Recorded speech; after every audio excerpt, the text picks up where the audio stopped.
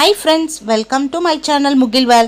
இன்னைக்கு நம்ம என்ன ரெசிபி பார்க்க போறோம்னா உருளைக்கிழங்க வச்சு ஒரு பொட்டேட்டோ பால்ஸ் அது எப்படி செய்யறதுன்னு பார்க்க போறோம். இது ரொம்ப டேஸ்டா இருக்கும், ஹெல்தியான ரெசிபி கூட. இப்போ அதுக்கு தேவையான பொருள் என்னன்னா நான் 4 உருளைக்கிழங்க வேக வச்சு எடுத்து வச்சிருக்கேன். அதுக்கு அப்புறம் 1 கப் ஆனியன் எடுத்துர்க்கேன்.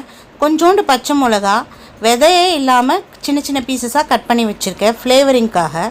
கருவேப்பிலை கொத்தமல்லி எடுத்து வச்சுருக்கேன். அதுக்கப்புறம் மிளகாத்தூள் 1 ஸ்பூன், கரம் மசாலா 1/2 ஸ்பூன், மிளகுத்தூள் 1/2 ஸ்பூன், மஞ்சள் தூள் 1/4 ஸ்பூன் எடுத்திருக்கேன். 1 ஸ்பூன் இஞ்சி பூண்டு பேஸ்ட் வேணும். அப்புறமா நம்ம இந்த பால்ஸை பைட் பண்ணுறப்ப நமக்கு டேஸ்ட்டாக க்ரன்ச்சியாக கிடைக்கணுன்றதுக்காக நான் கொஞ்சம் ஸ்வீட் கார்னை ஆட் பண்ணுறேன். இது முழுக்க முழுக்க நம்மளோட சாய்ஸ் தான், தேவைப்பட்ட ஆட் பண்ணலாம், இல்லைன்னா விட்டுடலாம். நெக்ஸ்ட்டு நான் உருளைக்கிழங்குள்ள ஆட் பண்ணுறதுக்காக 2 ஸ்பூனு கார்ன்ஃப்ளெக்ஸ் மாவை எடுத்து வச்சுருக்கேன். அதுக்கப்புறம் டேஸ்ட்டுக்கு சால்ட்டும் அண்ட் அதை டிப்பை ரோல் பண்ணுறதுக்காக கொஞ்சம் கார்ன்ஃப்ளெக்ஸும் எடுத்து வச்சுருக்கேன். இவ்வளோ தான் இதுக்கு தேவையான பொருள். இப்போ எப்படி செய்யுதுன்னு பார்க்கலாம். ஒரு பவுலில் உருளைக்கிழங்க நல்லா மசிச்சுக்கலாம். இப்போ நம்ம கட் பண்ணி வச்சுருக்க வெங்காயத்தை ஆட் பண்ணிடலாம்.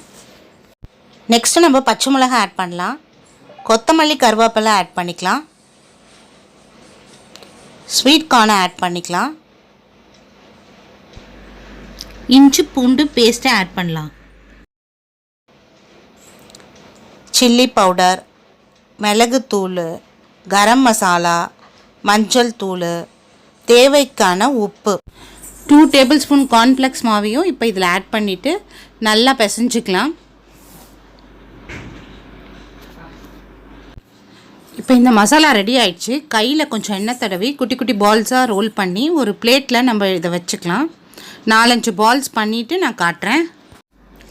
இப்போ இந்த பால்ஸுக்கு ஒரு டிப் ரெடி பண்ண போகிறோம்.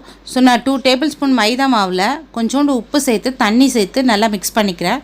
அதுக்குள்ளே கார்ன்ஃப்ளெக்ஸையும் நல்லா மிக்ஸி ஜாரில் ஊட்டி ஒரு பவுடராக கொண்டு வந்துட்டேன். இப்போ அந்த டிப் ரெடி ஆன உடனே இப்போ இந்த பால்ஸை டிப்பில் ஒரு வாட்டி நல்லா முக்கிட்டு அதுக்கப்புறம் அந்த கார்ன்ஃப்ளெக்ஸ் மாவில் ஒரு வாட்டி நல்லா ரோல் பண்ணிடணும். இதே மாதிரி நான் 5 பாலையும் பண்ணிவிட்டு காட்டுறேன். இப்போ கடாயை சூடு பண்ணிவிட்டு அதில் எண்ணெய் ஊற்றிக்கலாம்.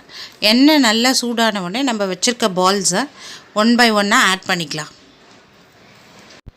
இப்போ நம்ம பொட்டேட்டோ பால்ஸ் நல்லா ரெடி ஆயிடுச்சு, கோல்டன் ப்ரௌன் கலரில். இப்போ நம்ம இதை எடுத்து ஒரு பிளேட்டில் வச்சுக்கலாம்.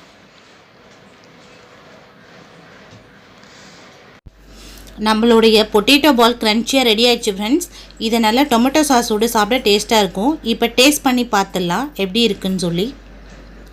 ஓப்பன் பண்ணாலே செம்ம சாஃப்டாக டெண்டராக இருக்குது. உள்ளே கார்னெல்லாம் நல்லா வெந்திருக்கு. சாஸோடு இப்போ டிப் பண்ணி சாப்பிட்டு சொல்கிறேன். செம்ம டேஸ்ட்டாக இருக்குது ஃப்ரெண்ட்ஸ். கிட்ஸ் எல்லாம் இதை ஈஸியாக அழகாக சாப்பிட்ருவாங்க.